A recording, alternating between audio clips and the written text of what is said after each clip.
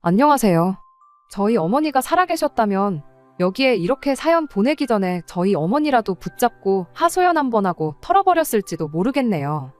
아니, 애초에 어머니가 계셨다면 진작에 어떻게 하는 게 현명한 방법일지 조언이라도 들었을 테고 일이 이 지경까지 오는 일도 없지 않았을까 싶어요. 그렇다고 해서 친정아버지를 원망한다거나 그런 건 아니에요. 결정을 내린 건 다른 사람도 아니고 바로 제 자신이었으니까요. 그저 아버지뿐만 아니라 어머니의 조언도 같이 있었다면 지금에나마 제가 이렇게 사연을 적을 만큼의 일을 겪을 일은 없지 않았을까. 그런 생각과 잘못된 결정을 내린 제 자신에 대한 후회뿐입니다. 친구들 만나서 신세한탄하는 것도 하루 이틀이지 만나서 힘든 소리만 늘어놓는다고 싫어하는데 그냥 제 마음이나마 조금 후련해보고자 이렇게 사연을 보내게 되었고요. 남편은 제가 대학교 다니던 시기에 잠깐 알던 사이였어요. 자주 단둘이는 아니어도 1년에 두어 번 이상은 같이 단체 모임도 하고 그러는 사이였지요. 둘이서는 딱히 각별하지도 그렇다고 서로 싫어하지도 않는 그런 평범한 사이였습니다. 그냥 시시껄렁한 농담이나 인사 정도만 주거니 받거니 하던 그런 사이였죠. 그러다 남편이 군대에 가게 되었고 그동안 저는 학교를 졸업하고 취직까지 하게 되면서 그렇게 자연스럽게 연락이 끊어지게 되었습니다. 그렇게 한 3년 정도의 기간 동안 연락도 서로의 소식도 모르고 지내다가 남편을 다시 재회하는 일이 생기게 되었어요. 대학교 시절 가장 친하게 지냈던 친구가 결혼을 하게 되었거든요. 그리고 그때 남편을 결혼식장에서 다시 재회를 하게 되었어요. 결혼을 하는 그 친구가 그때 당시 같이 자주 모임을 갔던 친구들 중 한 명이었거든요. 호텔에서 올리는 결혼식이었는데 자리가 지정석이었어요. 친구는 친구 나름대로 그때 자주 모여 만나던 사람들을 한 테이블에 묶었고 마침 남편이 제 옆자리에 앉게 되었던 거지요. 말씀드렸다시피 과거의 모임에서 남편과 제가 각별하게 친한 사이도 아니었고 한참 오랜만에 만난 거다 보니 어색하게 그간 어떻게 지냈냐, 취직은 했냐 그 정도 안부 인사 주고받는 거 말고는 아무것도 나눌 말이 없었습니다. 저도 친구 결혼식에 집중을 했다 보니 더더욱이요. 그렇게 결혼식이 마무리가 되었고 결혼하는 친구랑 축하한다 인사 나누고 그러고 집에 돌아갔어요. 그러고 며칠 지나서였나 모르는 번호로 연락이 왔는데 그게 남편이었습니다. 그날 오랜만에 만나서 어떻게 연락처라도 주고받고 하고 싶었는데 제가 너무 일찍 집에 들어가 버려서 물어볼 시간이 없었다고 그래서 친구한테 물어봐서 이렇게 연락을 한 거라고 하대요. 저도 눈치가 없는 사람은 아니다 보니 남편이 제게 관심을 갖고 있다는 것 정도는 눈치챌 수 있었어요. 하지만 그때 당시 제가 다른데 신경 쓸 여력이 없었거든요. 저희 어머니가 그때 많이 아프셨어서 제가 어머니 옆을 지켜야 하는 게 일이었어요. 당시 어머니 간병하겠다고 다니던 회사도 그만두고 프리랜서로 일을 시작했어요. 벌이가 많이 줄기는 했지만 집에서 일하면서 어머니 곁을 지킬 수 있었기 때문입니다. 아무튼 그때는 어머니 곁을 지켜야 한다는 거 말고 다른 일을 할 엄두조차 나지 않던 상황이었어요. 그래서 그랬냐고 말하고 남편한테는 조금 시큰둥하게 대답을 하고 말았습니다. 저희 어머니께서는 당신 몸이 이렇다고 저까지 매일같이 집에만 있는 거 원치 않으신다고 회사도 다시 출근하고 이따금씩 나가서 친구도 만나고 애인 만들어서 연애도 하고 그랬으면 좋겠다고 하셨는데 도무지 발걸음이 떨어지지를 않더라고요. 오히려 그런 저희 지극한 간병이 어머니께 더 많은 마음의 짐과 부담을 안겨드렸던 건지 저희 어머니께서는 그렇게 반년을 채 버티지 못하고 결국 유명을 달리하셨습니다. 그리고 남편을 저희 어머니 장례식장에서 다시 만나게 되었지요. 저한테 마음이 있었다 보니 장례식장에서 거의 아들 노릇을 하면서 3일 내내 같이 있어줬어요. 부담스럽기는 했지만 한편으로는 그게 또 참 고맙더라고요. 저랑 연애하는 사이도 아니고 저희 어머니와 그 어떤 추억이 있는 것도 아닌데 사람 하는 것만 봐도 대충 하는 건지 진심으로 마음에서 우러나와 하는 건지 다 보이잖아요. 남편은 장례식 내내 정말 최선을 다해서 제 곁을 지켜주었습니다. 저뿐만 아니라 저희 아버지도 엄청 챙겼어요. 아무튼 그때 고마운 마음 때문이었나 그 뒤로 자주 만나곤 했습니다. 어머니가 돌아가시고 나서 시간적인 여유가 많이 생겼던 것도 이유 중 하나였어요. 아무튼 그렇게 남편과 만나기 시작했고 그렇게 몇 달 지나지 않아 결국 남편과 연애를 시작하게 되었어요. 그렇게 2년 정도의 연애를 했는데 남편 사람 자체만 두고 본다면 정말 더할 나위 없이 좋은 사람이었어요. 장례식장에서 저는 물론이고 저희 아버지까지 챙기던 그 모습이 가식이 아니라 진심이었구나 느낄 만큼 항상 한결같이 저한테 잘하는 사람이었습니다. 그것도 모자라서 이따금씩 저희 아버지와도 단둘이 같이 시간을 보내고 했어요. 아버지가 낚시를 좋아하시는데 저는 두고 저희 아버지만 모시고 낚시를 다녀온다던가 일요일 아침에 저희 아버지 모시고 등산을 하러 다녀온다던가 하는 식으로요. 사람 자체만 두고 보자면 더할 나위 없이 좋은 사람이었지만 다만 결혼 상대로 보기엔 아쉬운 부분이 많았습니다. 일단 그 나이 먹도록 아직까지 경제적으로 안정적인 상황이 아니라는 게 가장 마음에 걸렸습니다. 직장 생활을 하고 있긴 했지만 당시 남편은 계약직으로 일을 하고 있었고 연애 시작한 첫 해에는 계약 연장이 되겠네 안 되겠네 하면서 한참 스트레스를 받았던 적도 있었거든요. 게다가 저 또한 프리랜서로 일을 하고 있는데 평균적으로 수입을 계산해보면 회사 다닐 때 비슷하게 벌고 있긴 했지만 그게 고정 수입이 아니고 매달 벌이가 들쑥날쑥했다 보니 적어도 두 사람 중에 하나는 안정적인 직장을 가지고 있어야 하지 않나 그런 생각이었습니다. 결혼 이야기는 남편 입에서 먼저 나왔어요. 정말 뜬금없이 튀어나온 말이라 남편의 청혼에 기쁘다기보단 당황스러움이 먼저 앞섰습니다. 결혼하자는 이야기를 꺼내면서도 자기가 아직 직장도 안정적이지 못하고 모아놓은 돈도 별로 없지만 저 하나만큼은 행복하게 해줄 자신이 있다는 식으로 결혼 이야기를 꺼내왔거든요. 직장이 안정적인 상황이 아니라는 건 이미 알고 있던 사실이었지만 자기가 모아놓은 돈도 별로 없다는 소리를 같이 꺼내니 눈앞이 깜깜해지는 거예요. 억만금을 모아놓았을 거라 기대하지는 않았지만 자기 입으로 별로 없다고 할 만큼 아무 준비도 안 되어 있을 줄은 정말 생각도 못했거든요. 당연히 그런 남편의 청혼에 처음 저는 거절을 했어요. 서로 좋아하는 마음만 가지고 결혼을 하는 사람이 세상 어딘가에 분명히 있을 테지만 나는 그런 부류의 사람이 아니라고요. 어느 정도 안정적인 기반을 갖추고 그때 가서 결혼 이야기를 다시 한번 꺼내달라고 했죠. 그런데 남편이 그간 저희 아버지께 잘했던 덕을 그때 본 거예요. 하루는 아버지가 저를 불러서 남편 이야기를 꺼내시더라고요. 세상이 돈이 다가 아니라면서요. 아버지께 남편이 결혼하자고 했었다는 말을 꺼낸 적이 없었는데 이야기를 듣자 하니 남편이 아버지께 도와달라고 요청을 했구나 싶었습니다. 아니나 다를까 아버지께서는 당신이 어머니랑 결혼할 때만 해도 둘 다 정말 가진 거라고는 몸뚱이밖에 없었다는 이야기를 해주셨어요. 부부가 서로 힘을 합쳐서 지금 여기까지 온 거고 거기에는 서로가 더 나은 미래를 살 수 있다는 그런 믿음이 있었기 때문에 가능했던 거라면서 남편을 대신해 제 마음을 돌리려고 애를 쓰셨죠. 아버지께서는 그래도 저는 당신이 어머니랑 결혼할 때보다 훨씬 나은 상황이라며 일단 당신 본인부터가 저를 많이 도와줄 수 있는 상황이지 않느냐고 하면서 혹시나 남편 직장이 안정적이지 못한 게 걱정이면 그것도 걱정하지 말라고 하셨어요.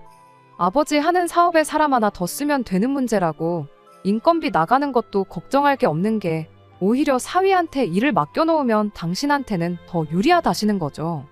말인즉슨 당신 월급을 줄여서 남편한테 주면 되는 거 아니겠냐는 소리였어요. 남편이 일을 대신 하는 만큼 당신이 쉬는 날을 늘리면 되는 거라고 돈이 더 드는 일도 아니라는 겁니다. 그리고 제가 빨리 시집을 가야 아버지도 아버지 나름대로 애인도 만나고 어디 놀러 다니고 하는데 제 눈치를 안 보겠냐고 하시더라고요.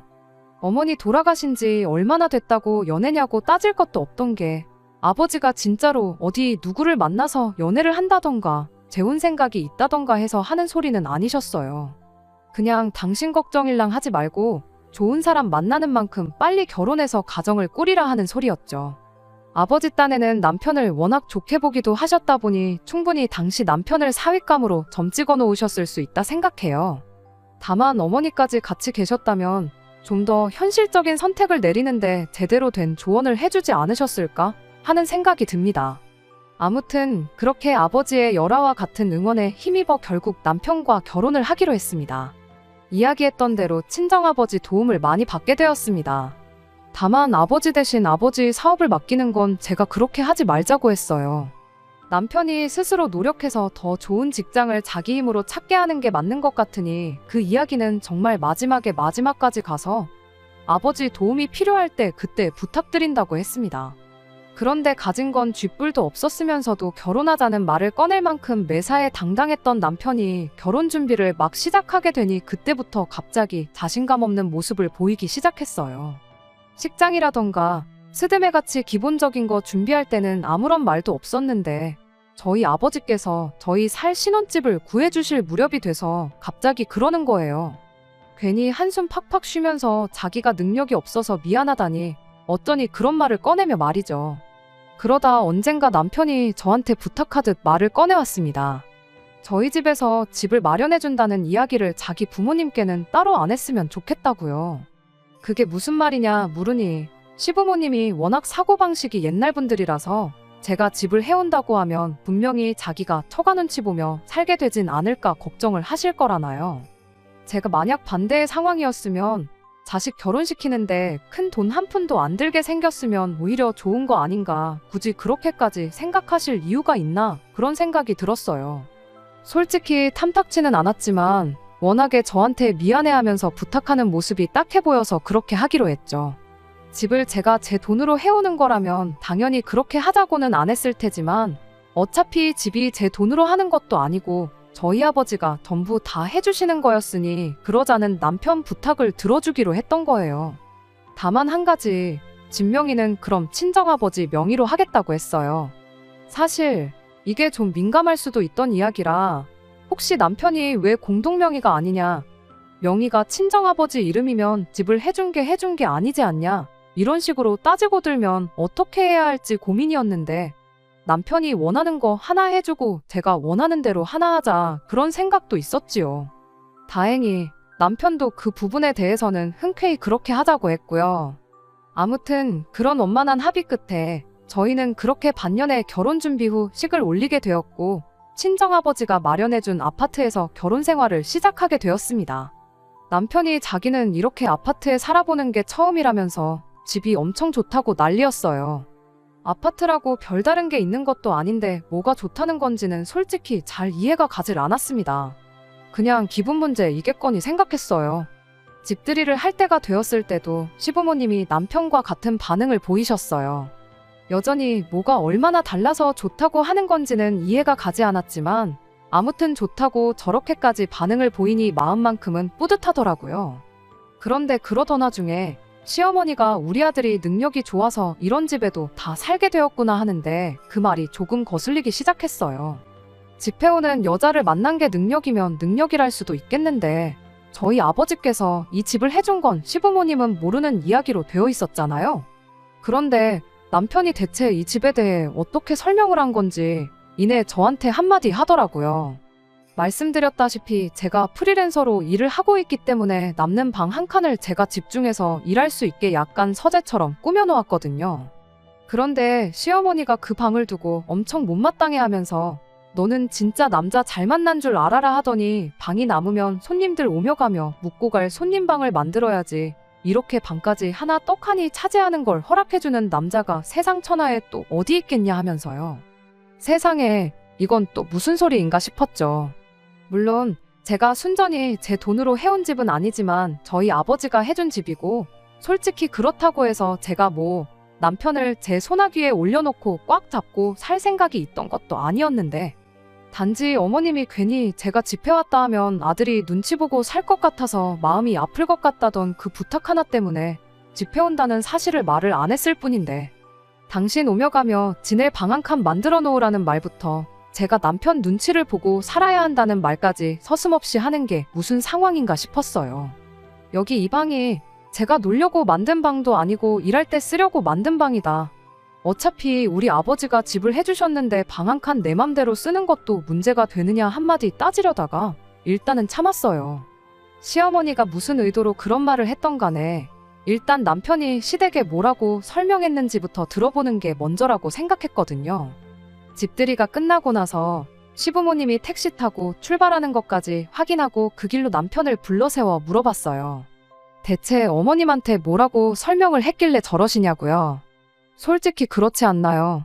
당신 아들이 모아놓은 돈 한 푼 없는 거야 모를 수도 있겠지만 당장 남편이 직장 생활 시작한 게 몇 년이나 되었다고 갑자기 어디서 아파트 하나 구할 돈이 생겨날 리 없고 그것만큼은 모를 리가 없다고 생각했거든요.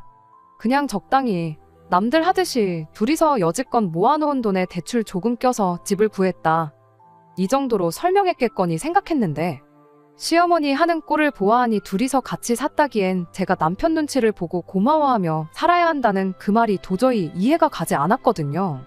그런데 이어서 나온 남편 말이 너무나 터무니없고 어이가 없어서 이내 할 말을 잃고 말았습니다. 시어머니한테 설명을 하기를 자기가 회사에서 꼭 필요한 인재다 보니 그 회사에서 20년을 근속하는 조건으로 회사에서 집을 해줬다고 이야기를 했다는 거예요. 솔직히 그렇지 않나요? 당신 아들이 모아놓은 돈 한 푼 없었던 거야. 말 안 하면 그만인 거니 모를 수도 있었겠지만 당장 남편이 직장 생활 시작한 게 몇 년이나 되었다고 갑자기 어디서 아파트 하나 구할 돈이 생겨날 리 없고 그것만큼은 모를 리가 없다고 생각했거든요. 그냥 적당히 남들 하듯이 둘이서 여지껏 모아놓은 돈에 대출 조금 껴서 집을 구했다. 이 정도로 설명했겠거니 생각했는데 시어머니 하는 꼴을 보아하니 둘이서 같이 샀다기엔 제가 남편 눈치를 보고 고마워하며 살아야 한다는 그 말이 도저히 이해가 가지 않았어요. 그런데 이어서 나온 남편 말이 너무나 터무니없고 어이가 없어서 이내 할 말을 잃고 말았습니다. 시어머니한테 설명을 하기를 자기가 회사에서 꼭 필요한 인재다 보니 그 회사에서 20년을 근속하는 조건으로 회사에서 집을 해줬다고 이야기를 했다는 거예요. 세상에 어느 회사가 직원한테 집 한 채를 사주냐고 시부모님은 그걸 또 믿으신 거냐 물었더니 그렇답니다.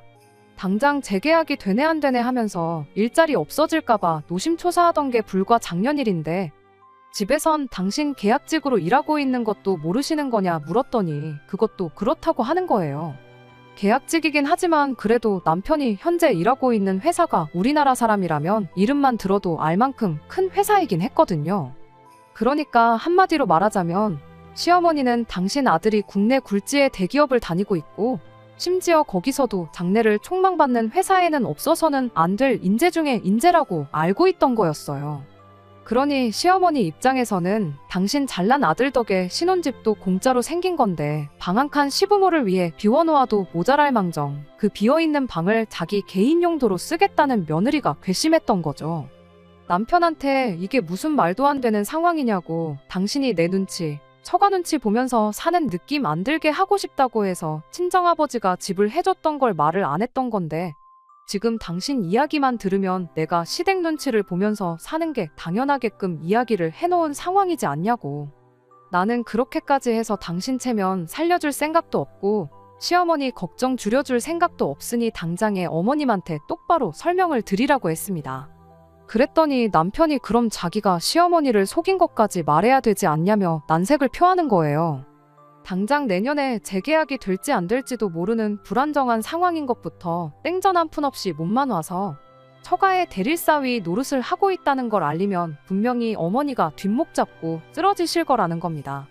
남편한테 그렇다고 그게 내가 어머님한테 하대받아야 할 이유가 되지는 않는다고. 그리고 거짓말을 내가 시켰냐. 누가 시키지도 않았는데 당신이 혼자서 한 거 아니냐고. 그런 건 내 알 바 아니고 당장 시어머니한테 제대로 설명드리라고 했어요. 결국 남편은 한숨을 땅이 꺼져라 내쉬며 제게 알겠다고 그렇게 하겠다고 대답했지요. 그렇게 다시 집으로 들어가고 있는데 남편이 걸음을 천천히 걸으며 제 뒤로 쓱 빠지는데 보아하니 시어머니한테 전화를 하려는 듯 싶었습니다. 거짓말한 것도 있고 하니 시어머니한테 그 이야기 전하면서 오고 갈 대화를 제가 듣게 하기 남사스러워서 저러는구나 싶어서 나름 배려해준답시고 저는 오히려 걸음을 빨리 해서 집으로 먼저 들어왔어요.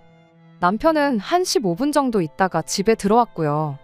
표정이 살짝 안 좋은 걸 보니 다 이야기했구나 싶어서 그냥 거기까지만 하고 말았습니다. 남편 자존심 문제도 있고 할 테니 저도 굳이 치사하게 확인까지는 하지 않으려고 했던 거예요. 실제로 그날 이후로 한동안 시댁에서 그 어떤 연락도 오지 않았고 그 어떤 왕래조차 없었습니다. 저는 그 또한 시어머니가 남편과 비슷한 이유로 저희와 일부러 연락을 피하고 근처에도 안 오시는 거라 그렇게 생각했지요. 시간 지나면 그냥 아무 일도 없었던 척 지내겠거니 싶었고 딱히 제가 나서서 저는 괜찮으니 불편해하실 필요 없다고 말할 이유도 없다 생각했어요. 시어머니하고 안 보고 지낸다고 해서 제가 손해보는 것도 딱히 없어서 그냥 그러려니 하고 말았습니다. 그런데 그런 식으로 한 3, 4개월쯤 지났을 때였나 난데없이 시어머니가 저희 집에 쳐들어왔어요. 연락도 없이 찾아와서는 주차장이니까 얼른 내려와 보라고 무거워 죽겠다고 혼자 이거 다 못 들고 간다고 난리법석을 떨면서요. 저는 무겁다길래 뭐 반찬거리라도 잔뜩 해가지고 오셨나 생각했고 아무 생각 없이 그냥 주차장으로 내려갔어요. 시어머니가 제가 들고 갈 건 뒷좌석에 실려 있으니까 알아서 꺼내오라셨는데 뒷문을 열어보니 다른 게 아니고 커다란 이불 보자기가 하나 있더라고요. 그때까지만 해도 뭐 어디서 쓰던 걸 가져오셨나 그렇게 생각했어요. 그래서 시어머니한테 저희 이불 많다고 이런 거 안 주셔도 된다고 한마디 했죠. 그랬더니 시어머니가 얘가 지금 뭔 소리를 하고 있나 하는 표정으로 저를 쳐다보더니 누가 네 준다고 했냐고 이건 내가 쓰려고 가져온 요라고 대답을 하더라고요. 어머님이 쓰실 요라니 그게 저희 집에 왜 필요하냐고 제가 되물었죠. 그랬더니 요를 왜 가지고 왔겠냐고 맨바닥에서 잘 수 없으니 가져온 거 아니겠냐고 대답을 하는데 이게 무슨 소리인가 싶었죠. 저희 집에서 주무시고 가시려고 그러시냐 뭐 가까운데 약속이라도 있으신 거냐 물었는데 시어머니가 저한테 말하길 우리 아들 얼굴 봐서 참고 있었는데 보자 하니까 안 되겠어서 온 거라고 아주 며느리가 시어머니를 개똥으로 아는 것 같아서 며느리 도리가 뭔지 가르쳐 주려고 온 거랍니다. 요를 가져온 이유도 한동안 저희 집에서 먹고 자고 할 생각이라면서요. 며느리 도리를 가르쳐 주신다니 그건 무슨 말이냐 물었더니 어련히 잘 지내겠거니 생각해서 가만 냅뒀는데 어떻게 며느리라는 애가 시어머니한테 안부 전화 한 통 없고 그럴 수가 있냐시더군요. 그때 딱 무슨 상황인지 감이 오더라고요. 남편이 시어머니한테 또 설명을 안 했다는 걸 말입니다. 시어머니는 다짜고짜 당신 할 말만 끝내고 혼자 엘리베이터 타고 올라갔고요.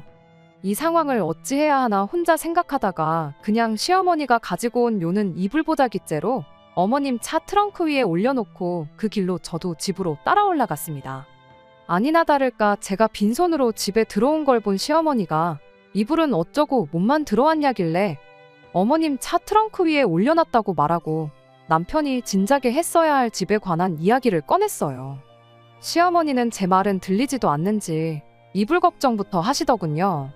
그래서 걱정 말라고 주차장에 카메라가 몇 대고 주차되어 있는 차의 블랙박스도 한두 개가 아니지 않냐. 그리고 요즘 누가 욕 깔고 자냐고.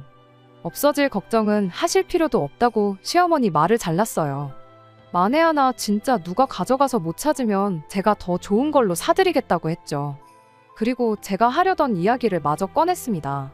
어머님이 아들 처가살이 하는 느낌 받게 하기 싫어서 남편이 비밀로 해달라고 해서 말을 안 했던 건데 이 집에 어머님 아들 돈은 땡전 한 푼 들어간 거 없고 사실 친정아버지가 대출 하나 없이 오롯이 아버지 돈으로 해주신 집이라고요. 맞벌이 하면서 저도 돈 벌고 있고 월급이나마 남편이 저보다 돈 10만 원 정도 더 벌어오긴 하는데 그 돈 10만 원 더 벌어온다고 제가 특별히 호강하는 것도 없다고 한마디 했습니다. 그리고 앞으로 몇 달 뒤에 남편이 계약기간 만료돼서 재계약을 못하면 그나마 돈 10만 원 벌어오는 것도 끝날 수도 있다고 그러니 제가 남편 덕 보고 산다는 말은 그만 해주셨으면 좋겠다고 했습니다.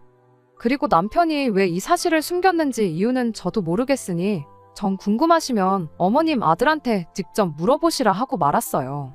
시어머니는 끝까지 저보고 거짓말하지 말라며 제 말을 믿지 않으셨지요.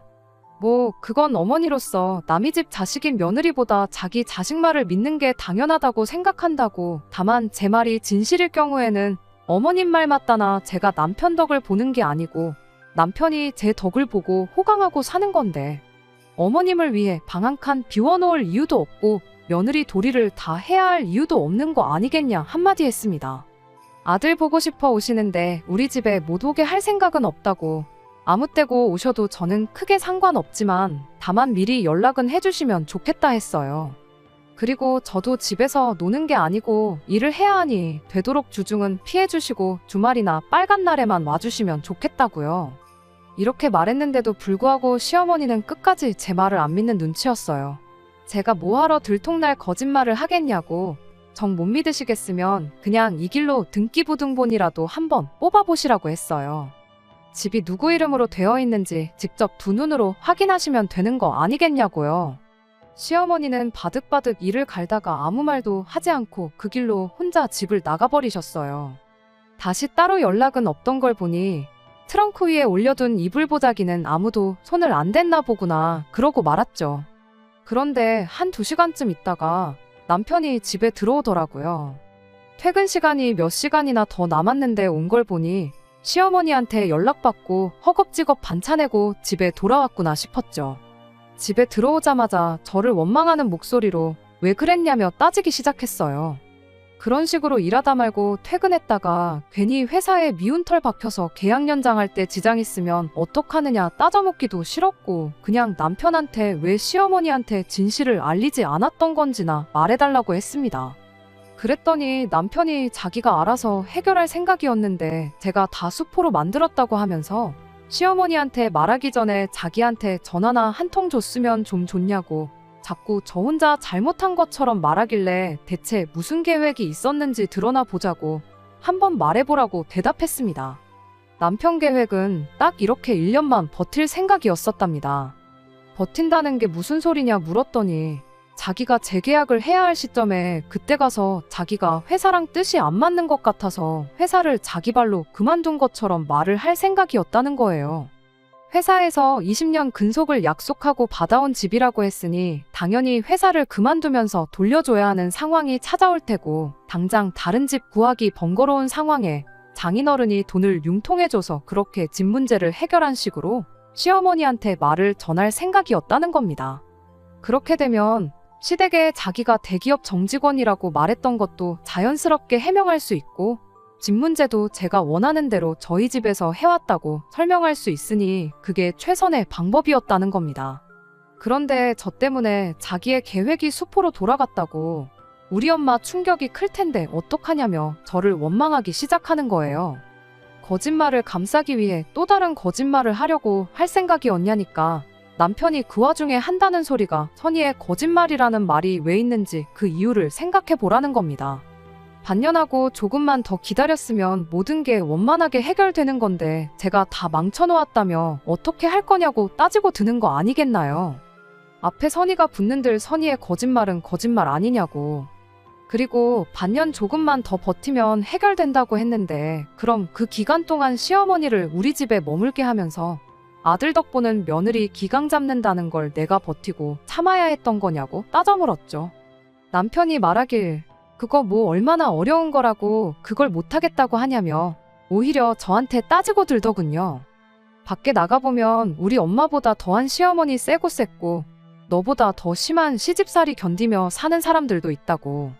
단 하루도 살아보지도 않고 우리 엄마가 시짜지라는 시어머니라고 단정 짓는 게 말이나 되는 소리냐. 우리 엄마가 너한테 엄청 잘해줬을 수도 있는 거 아니냐며 입에 개거품을 무는데 정말 오만정이 있는 대로 떨어지더라고요.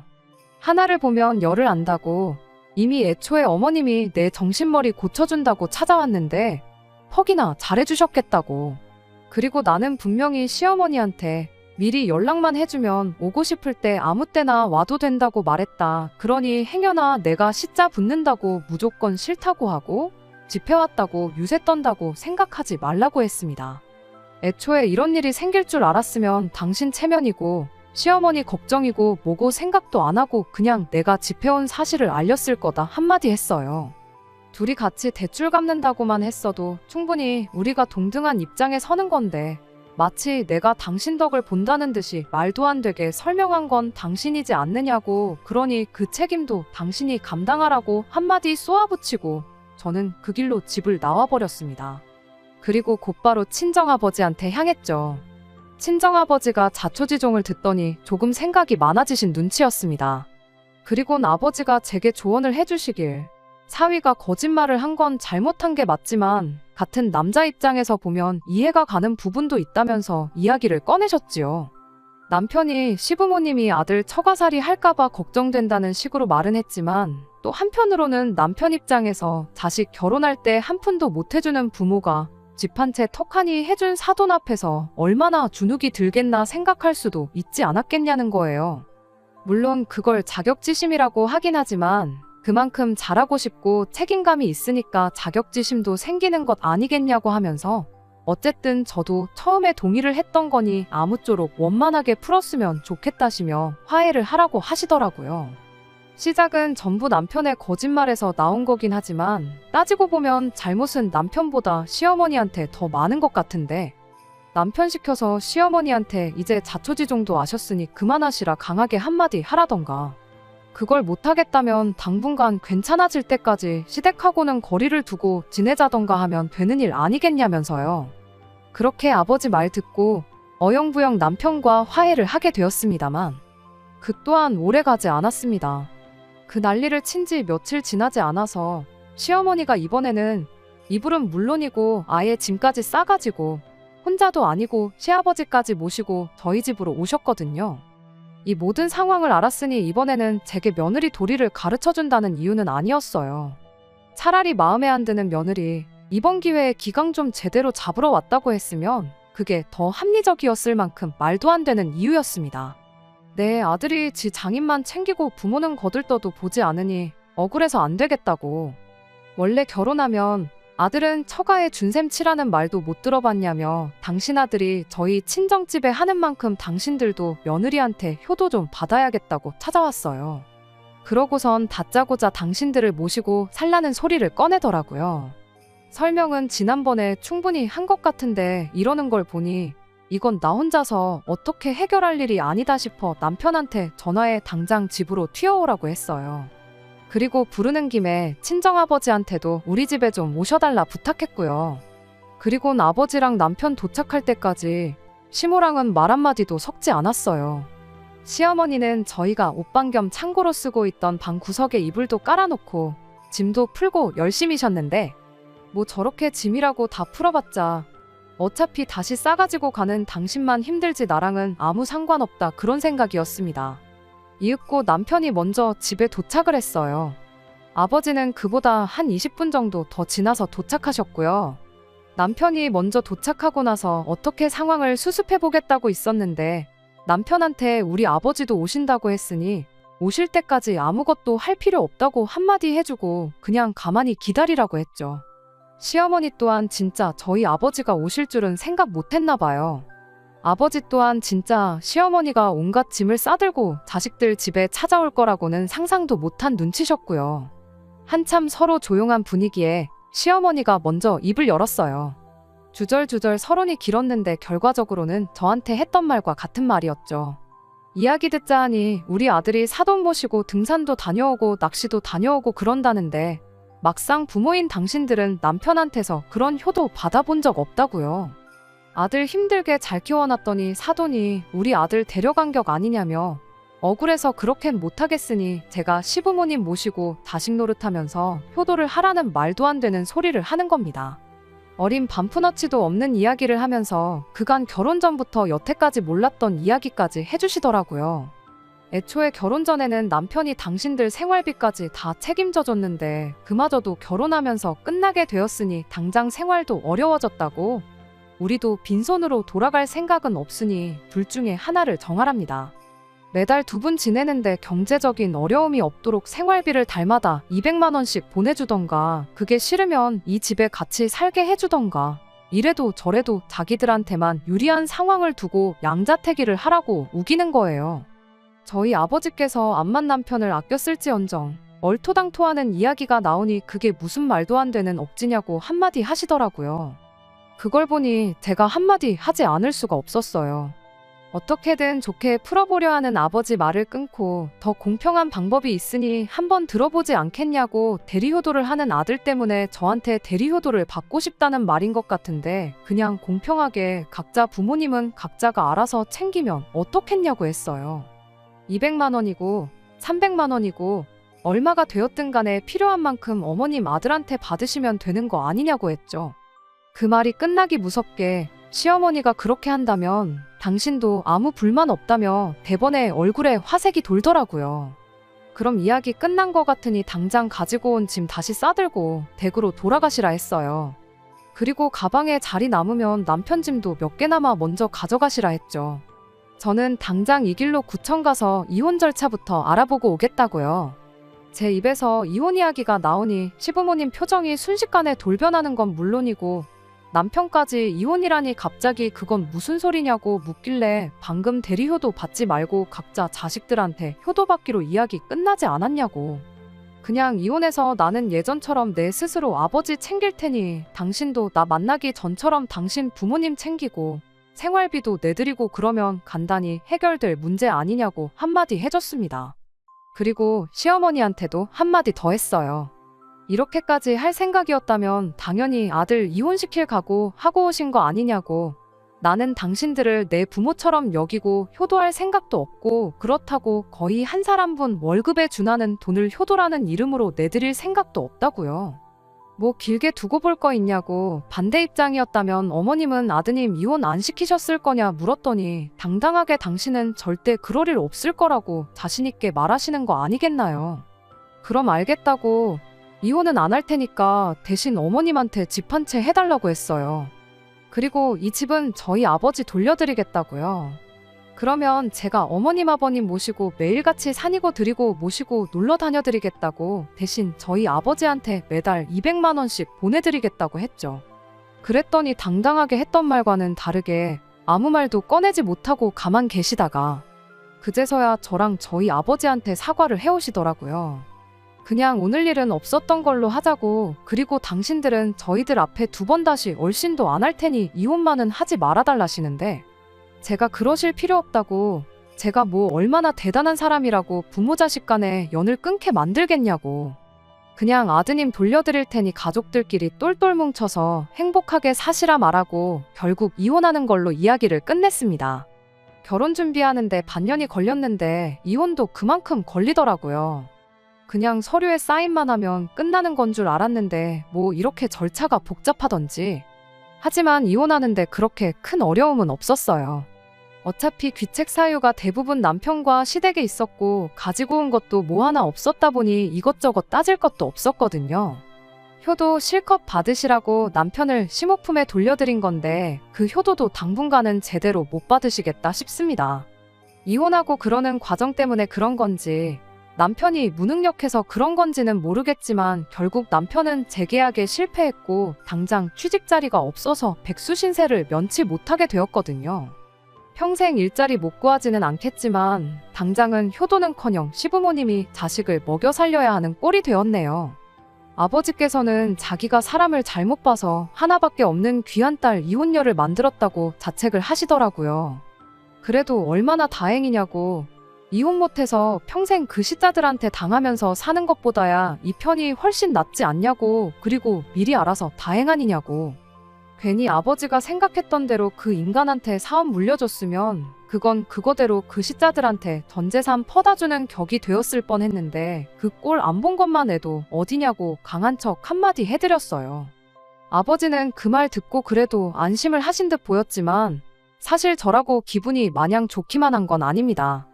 거머리 같은 인간들 말 한마디도 못하게 만들고 떼내버린 거야 속이 후련하긴 하지만 결과적으로 저한테 득이 된 건 하나도 없으니까요. 그냥 어머니의 빈자리가 마냥 아쉬울 따름이에요. 어머니가 계셨다면 결혼 전부터 좀 더 현실적인 조언을 해주시지 않으셨을까 싶고 행여나 어머니도 남편과 시자들의 본 모습을 몰라보고 결혼을 허락해주셨다 한들 남편과 무조건 화해부터 시키는 게 아니고 짝수가 안 좋아 보였을 때 아버지처럼 화해를 시키는 게 아니고 곧바로 이혼하라고 현실적인 조언을 해주시진 않으셨을까 그런 생각이 드네요. 끝까지 들어주셔서 감사합니다. 오늘의 사연은 여기까지입니다. 구독과 좋아요, 알람 설정 부탁드리고 더 좋은 사연으로 다시 찾아뵙겠습니다. 감사합니다.